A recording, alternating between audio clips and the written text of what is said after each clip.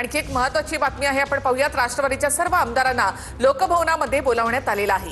महत्त्वाची बातमी, दुपारी 4:30 वाजता लोकभवनामध्ये पोहोचण्याच्या सूचना राष्ट्रवादीच्या आमदारांना देण्यात आलेल्या आहेत। आज उपमुख्यमंत्री म्हणून सुनेत्रा पवार या शपथ घेणार आहेत। या शपथविधी सोहळ्यासाठी राष्ट्रवादीच्या सगळ्या आमदारांना 4:30 वाजता राजभवनातल्या लोकभवन दरबारामध्ये पोहोचण्याचे आदेश देण्यात आले। याच लोकभवनामध्ये संध्याकाळी 5 वाजता सुनेत्रा पवार या उपमुख्यमंत्री पदाची शपथ घेतील आणि आता त्याच ठिकाणी 4:30 वाजता राष्ट्रवादीच्या सर्व आमदारांना बोलावण्यात आलेलं आहे। ही दृश्य आहेत ही राजभवनातल्या लोकभवन दरबारामधली। याच ठिकाणी हा शपथविधी सोहळा होणार आहे।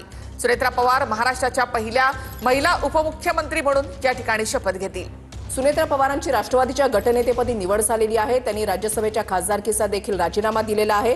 त्याच्यानंतर या बैठकीमध्ये 2 ठराव सुद्धा संमत झालेले आहेत।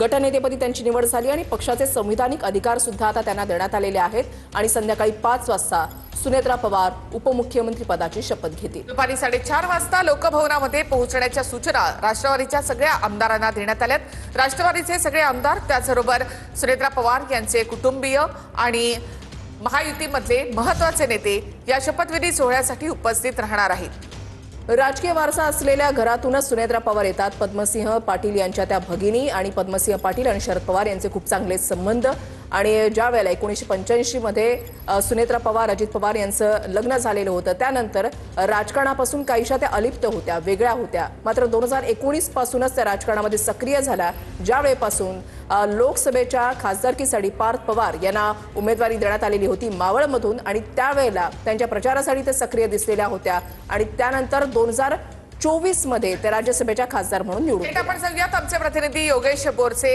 यांच्याकडे। योगेश, काय घडामोडी, काय अपडेट्स? सुनेत्रा पवार यांची आता पक्षाच्या नेतेपदी निवड करण्यात आलेली आहे। त्याचा प्रस्ताव विधिमंडळाच्या बैठकीत मांडण्यात आलेला आहे आणि त्याला एकमताने मंजुरी ही देण्यात आलेली आहे। अर्थात पक्षाचे सर्व संविधानिक अधिकार जे असणार आहेत ते आता सर्व अधिकार हे सुनेत्रा पवार यांना देण्यात आलेले आहेत आणि त्यासोबतच त्यांची गटनेतेपदी देखील निवड करण्यात आलेली आहे। ज्या चर्चा गेल्या 2 दिवसांपासून सुरू होत्या की पक्षाची यापुढची जबाबदारी, अर्थात अजित पवारांच्या निधनानंतर ही जबाबदारी नेमकी कार्यकर्ते नेत्यांची जी मागणी होती त्याचा देखील या बैठकीमध्ये विचार करण्यात आलेला आहे आणि त्यामुळे पक्षाचं सर्व अधिकार आता सुनेत्रा पवार यांच्याकडे देण्यात आलेला आहे। पक्षाचं नेतृत्व आता सुनेत्रा पवार यांच्याकडेच असणार आहे आणि हीच कार्यकर्त्यांची नेत्यांची मागणी होती। आज 2 प्रस्ताव महत्त्वाचे मांडण्यात आलेले आहेत या बैठकीमध्ये। आता पहिला प्रस्ताव जो होता तो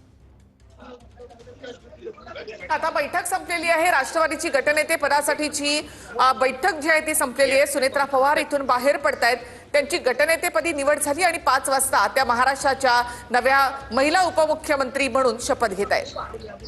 त्यांच्यासोबत राष्ट्रवादीचे आमदार देखील आपण या ठिकाणी पाहताय। प्रफुल्ल पटेल आहेत, त्याच्यानंतर धनंजय मुंडे आहेत आणि आता ही बैठक जी आहे ती संपलेली आहे। सुनेत्रा पवारांची राष्ट्रवादीच्या गटनेतेपदी निवड झाली आहे। सुनेत्रा पवारांची राष्ट्रवादीच्या गटनेतेपदी निवड झालेली आहे। 5 वाजता त्यांचा शपथविधी सोहळा होणार आहे। राजभवनातल्या लोकभवन दरबारामध्ये हा शपथविधी सोहळा होणार आहे।